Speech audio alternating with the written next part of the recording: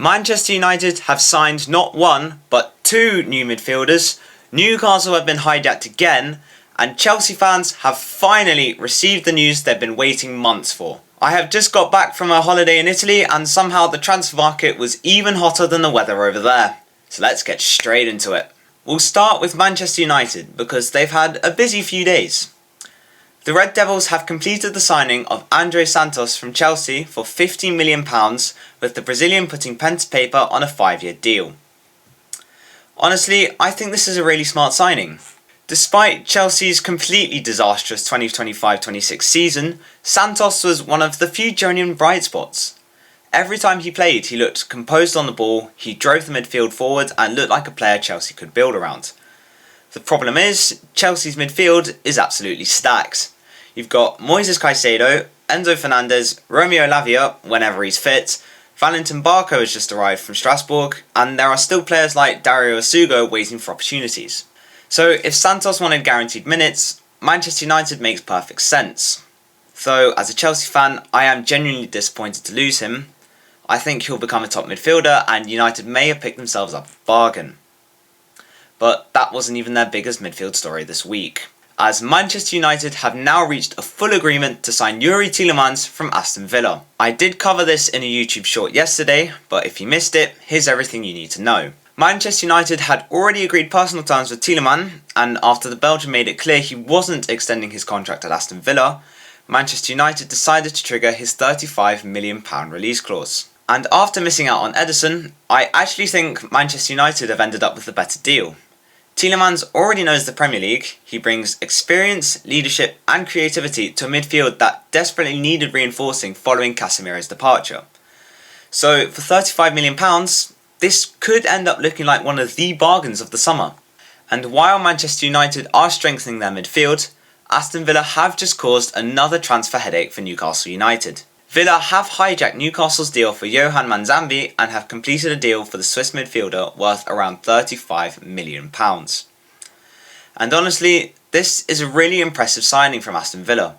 Manzambi was one of Switzerland's breakout stars at the World Cup, and Villa have identified another young player with huge potential.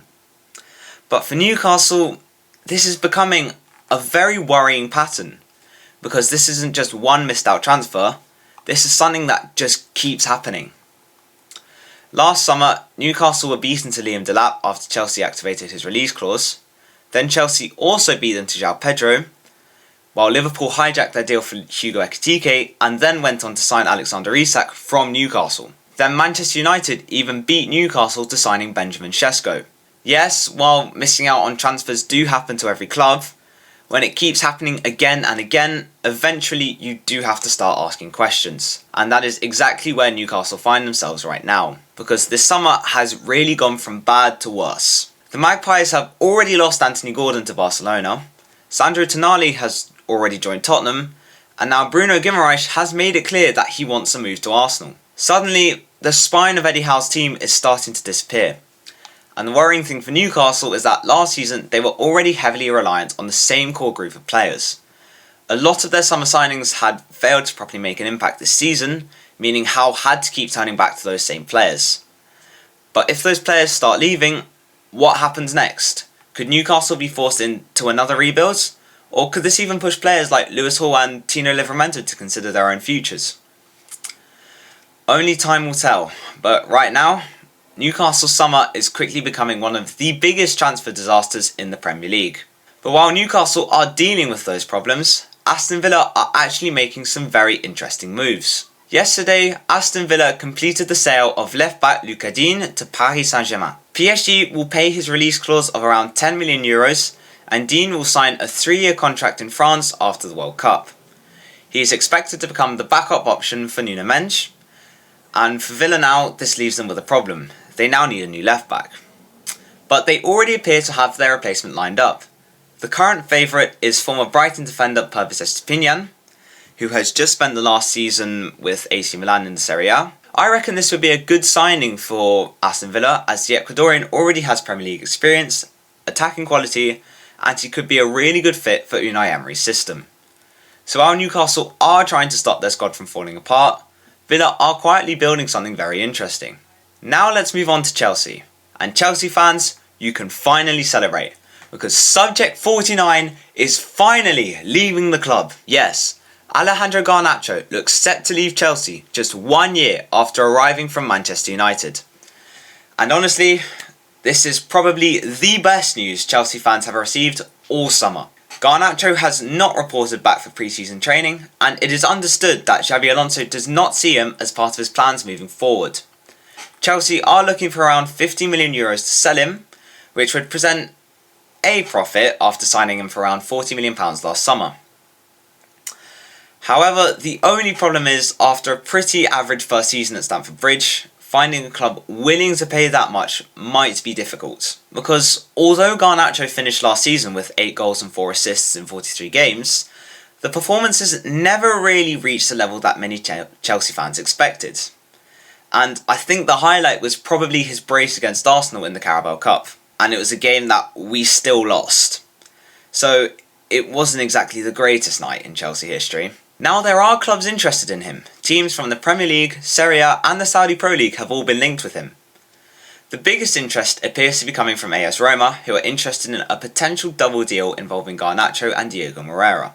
Roma have even reportedly submitted a loan offer with an option to buy, which could become mandatory depending on certain obligations. And honestly, that type of deal actually makes a lot of sense. Italian clubs use these structures regularly, and it could allow Garnacho to rebuild his confidence somewhere else, while Chelsea remove another player who doesn't fit into Alonso's plans. And as a Chelsea fan, I have to admit, I'm happy with this signing. When Garnacho joined Chelsea, I was willing to give him a fresh start. Everyone deserves that opportunity after all. And I genuinely hoped he would succeed, but it quickly became clear that he wasn't the right fit. While the statistics don't look terrible, 8 goals and 4 assists isn't a disaster after all. But for Chelsea, it's about more than just numbers. The performances, the consistency, and the fit within the team just weren't there. And with Xabi Alonso unable to guarantee him the minutes that he wants, a move away is probably the best outcome for everyone involved. And this is exactly the sort of clear-out Chelsea needs to get rid of all the deadwood that they have in their squads.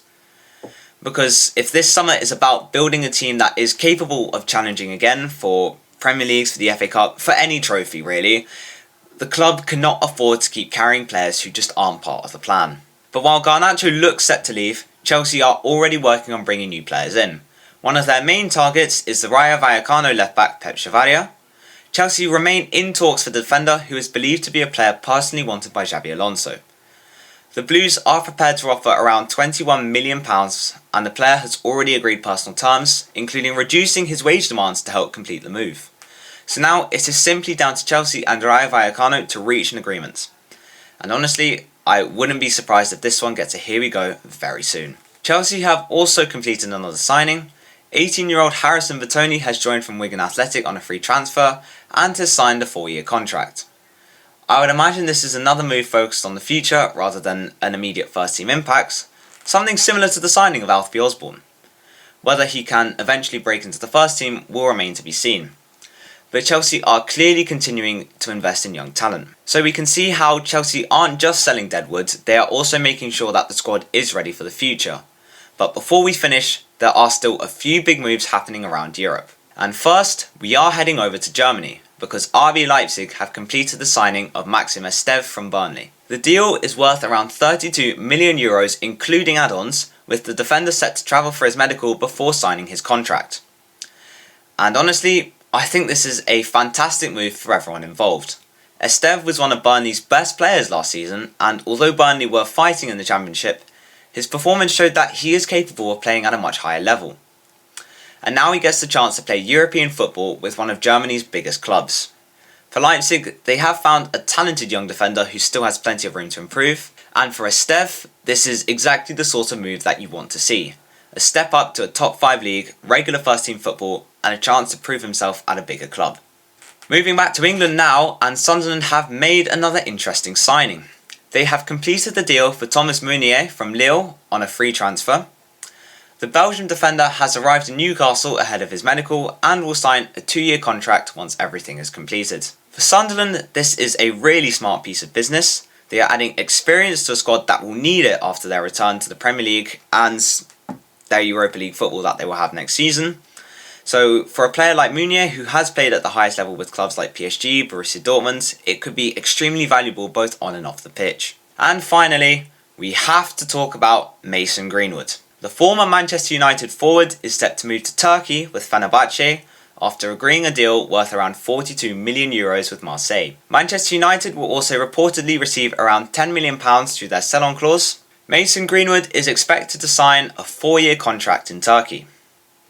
Now, I am not going to spend too long on this one. His career has remained one of the most controversial topics in football because of the allegations surrounding him. So this transfer will naturally bring a lot of different reactions from fans. But from a football perspective, Fenerbahce have secured a player who has been performing well in France and who still has plenty of attention around him. And those are all of the biggest transfer stories I have for you today. There has been a lot happening while I've been away in Italy, and honestly it feels like this transfer window is still only just starting to heat up. Manchester United are rebuilding their midfield, Newcastle are facing serious questions, and Chelsea are finally starting to clear out the squad and build towards the future. But I want to know what you think. Which transfer has been the biggest deal so far? And who do you think has had the best transfer window so far? Let me know down in the comments below. If you have enjoyed this video, please make sure to leave a like and subscribe to the channel for more transfer news, reactions and football content. Thank you all very much for watching. I will see you all in the next one. Goodbye.